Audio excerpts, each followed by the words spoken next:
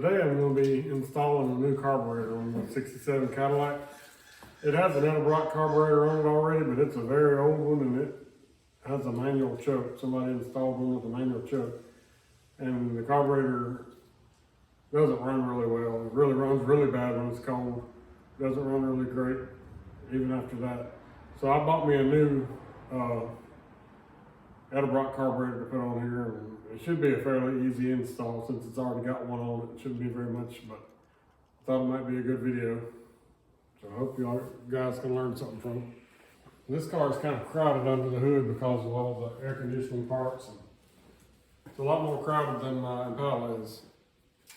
So I'm gonna have to take the throttle linkage off, the fuel line. It's got a throttle spring. And there's 4 bolts that bolt to it, and you got a couple vacuum tubes going to it. The choke cable, of course. Other than that, there's really not a lot on here.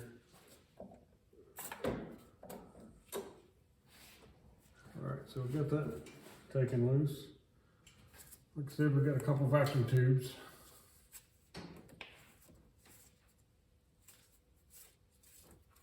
They look like they've been on there a long time. Not exactly sure what year this Edelbrock carburetor is. I believe it's a pretty old one. It's got Weber right on the side, stamped into metal on the side of it, or cast into the metal on the side of it. I was reading that Edelbrock and Weber, they had some sort of they were joined together at some point. Now I'll disconnect the choke cable, which I'll be removing completely. Don't need that.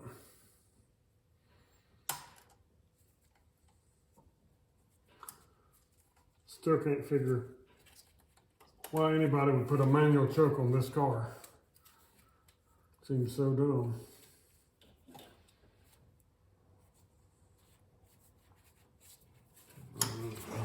Truthfully, I don't know why you put one on any car now. It's too easy to hook up the electric chokes that you can get on these carburetors.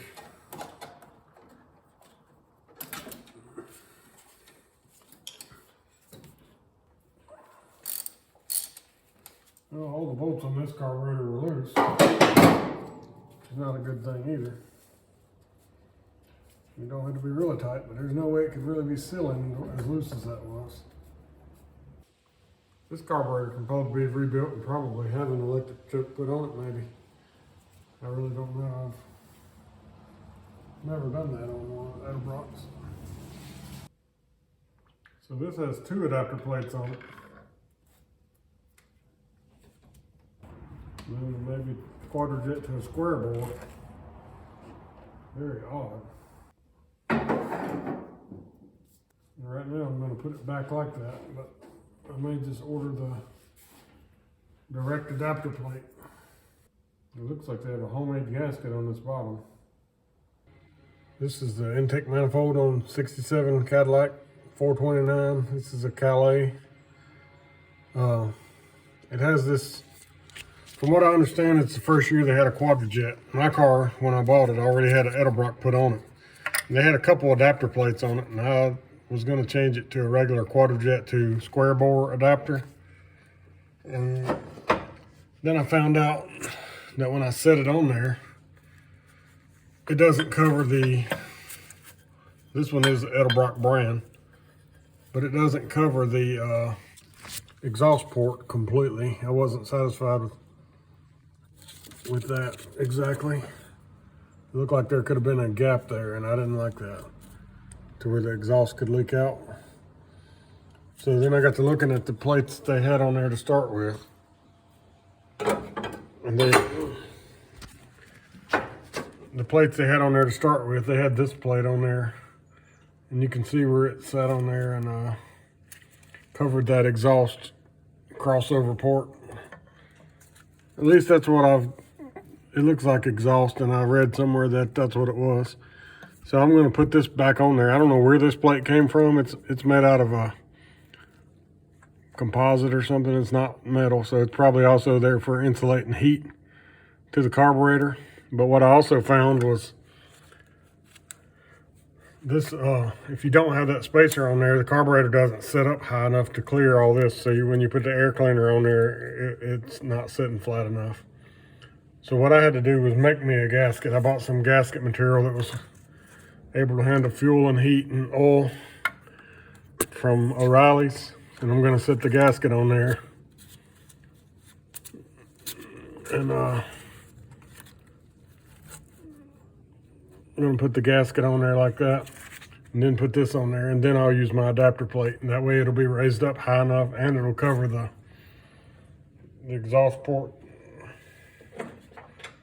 there. I've heard, as I was reading, I found where some people said they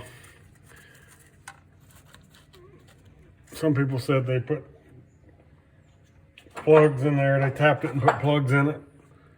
And I guess you could do all that, but I couldn't easily do that on mine with it on the car. Because I don't really want to be tapping it and drilling and tapping and not knowing where the shavings end up at. If you had it off the car, you could probably do that easily. So I'm going to screw these studs back in as they were when I got the car. It had these long studs, and now I know why, because it has two adapters on there. It has the adapter and the spacer. And the spacer covers up these exhaust ports. So you can see I put the gasket on there, the one I had to make, because I couldn't buy one like it. I couldn't find one like it. Like I said, I don't know where this adapter plate originally came from, but I couldn't even find anything like that online, but I'm sure they're out there.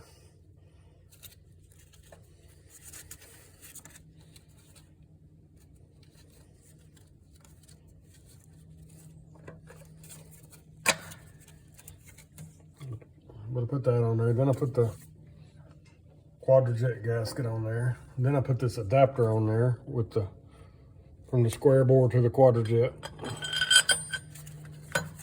And then I could put this gasket on there.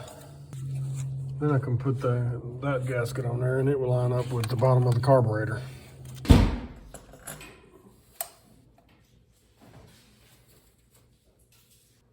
So the new carburetor is the Edelbrock AVS2. Never had one of these before, but I've heard all good things about them. I'm just snugging the carburetor down on all four corners, and they don't have to be excessively tight, but it needs to be tight enough to fit. So then I'm gonna plug the vacuum line back up exactly the way it was. Edelbrock manual tells you which side you need to plug your vacuum tubes to if you're doing it from scratch. I'm going to hook the fuel line back up the way it was. So now all I got left is the throttle and the electric choke. And the throttle was threaded into the hole here on the side, and I noticed the new throttle plate, or the new connection plate for the throttle has no threads in it. So I'm going to have to put some threads in it. I believe it looks like a 28. All right, so you got to hook the red wire up to an ignition power source that is on when the ignition key is on. The black wire has to be grounded to the carburetor. All right, so I had to get me a piece of wire that I could run to the inside of the car for the ignition controlled hot wire for the electric choke. See where they pulled it through. I think I can go through the same spot, but it just pulled apart with the tape that I had on it. They pushed it through right beside of the electrical connector, the main one. So I've also got to hook this. I want to put it under one of the screws in the carburetor body. It's like those screws have Torx heads. T25.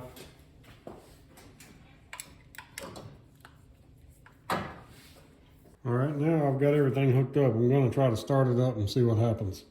May run good, may not. Usually they run pretty good straight out of the box. We'll see what we have to adjust on.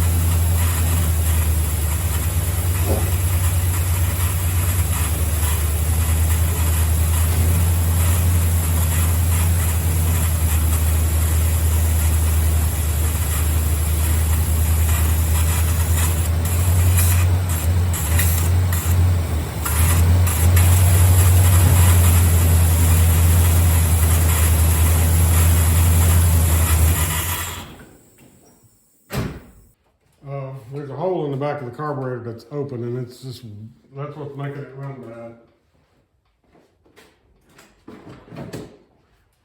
I just looked at the old carburetor and there's a plug in there, so I need to put a plug in this one. I'll take the plug out of the old one and put it in there. But already I can tell, even with it running bad, the engine runs so much smoother than it did. So as you can see, there's just a little plug here that goes in the back of the carburetor. I'm sure that will make it run significantly better, because there's a major vacuum leak.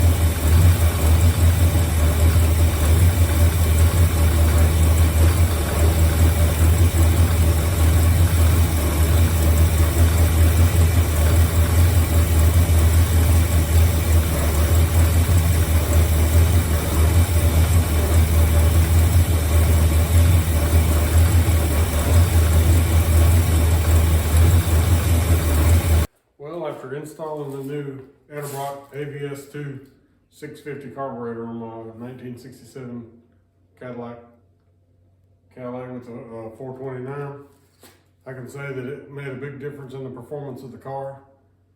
The car responded throttle response was incredibly different. The car feels a lot more powerful. This car has 340 horsepower and 480 foot-pounds of torque was what it had from the factory. So it definitely felt better, it idled better, it started up better. So this is my third Edelbrock carburetor that I bought new and installed on my old cars, and so far I've not been let down by them. I highly recommend them. I'm going to be doing another video on this car, installing a new signal switch. So we'll look forward to that in the future.